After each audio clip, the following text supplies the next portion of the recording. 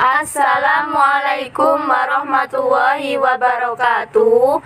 Kami dari kelompok 4 akan menjelaskan tentang tugas pramuka.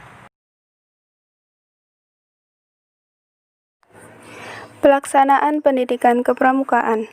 Seiring dengan diberlakukannya kurikulum 2013 kepramukaan, latihan pramuka ditetapkan menjadi ekstrakurikuler wajib di tingkat sekolah dasar SD atau MI.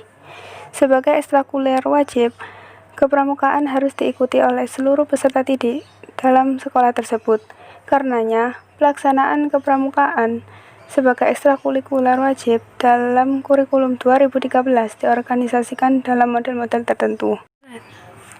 Penetapan kepramukaan sebagai ekstrakurikuler wajib di tingkat pendidikan dasar adalah Peraturan Menteri Pendidikan dan Kebudayaan Republik Indonesia Nomor 63 Tahun 2014 tentang pendidikan kepramukaan sebagai ekstrakurikuler wajib pada pendidikan dasar. Dalam permen ini, salah satunya mengatur tentang perorganisasian model pelaksanaan ekstrakurikuler kepramukaan pada kurikulum 2014.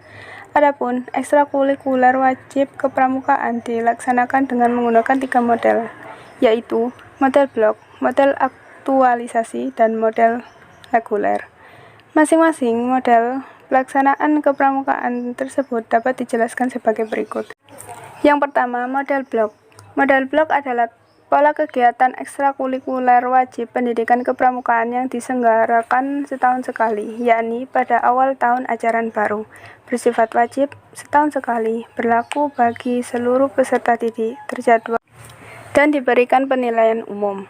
Karakteristik pelaksanaan model blok antara lain, bagi siswa kelas 1 SD atau MI, pelaksanaannya diintegrasikan di dalam masa pengenalan lingkungan sekolah atau MPLS. Alokasi waktu pelaksanaan sistem blok untuk peserta didik SD atau MI adalah selama 18 jam.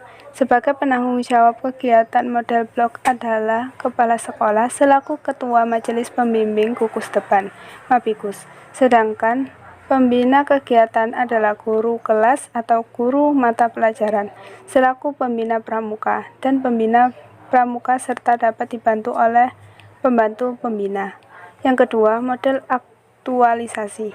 Model aktualisasi adalah pola kegiatan ekstrakurikuler wajib pendidikan kepramukaan yang dilaksanakan setiap 1 minggu sekali dalam bentuk penerapan sikap dan keterampilan yang dipelajari di dalam kelas, yang dilaksanakan dalam kegiatan kepramukaan, bersifat wajib, rutin, terjadwal, berlaku untuk seluruh peserta didik dalam setiap kelas, terjadwal, dan diberikan penilaian formal. Yang ketiga, model reguler. Model reguler adalah kegiatan sukarela berbasis minat peserta didik yang dilaksanakan di gugus depan. Karakteristik pelaksanaan model reguler antara lain diikuti oleh siswa yang berminat mengikuti kegiatan gerakan pramuka. Pelaksanaan kegiatan sepenuhnya dikelola dan diatur oleh gugus depan pramuka pada satuan pendidikan.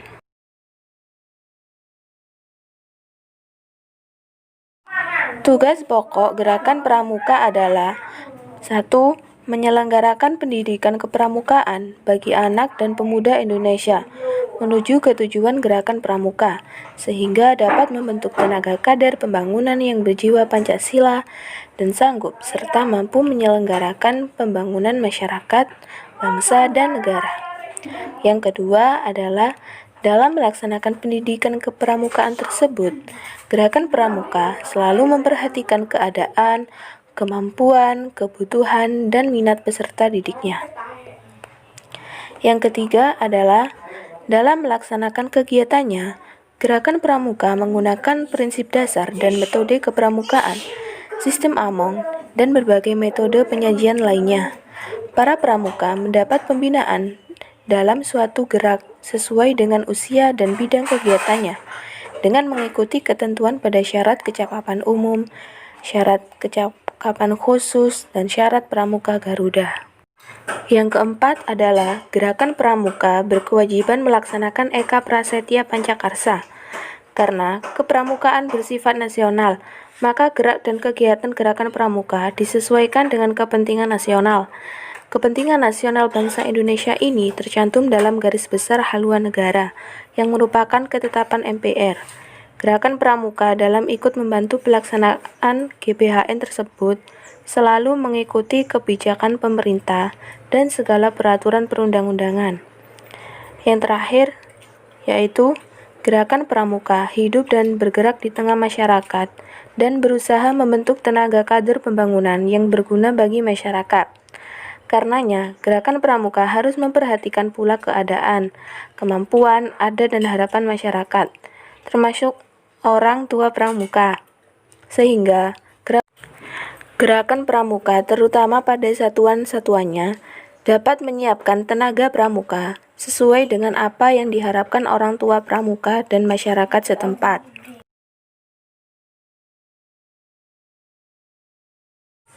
Sifat kepramukaan berdasarkan resolusi Konferensi Kepramukaan Sedunia tahun 1924 di Copenhagen, Denmark, maka kepramukaan mempunyai 3 sifat atau ciri khas, yaitu yang pertama nasional, yang berarti suatu organisasi yang menyelenggarakan kepramukaan di suatu negara haruslah menyesuaikan pendidikannya itu dengan keadaan, kebutuhan, dan kepentingan masyarakat, bangsa, dan negara.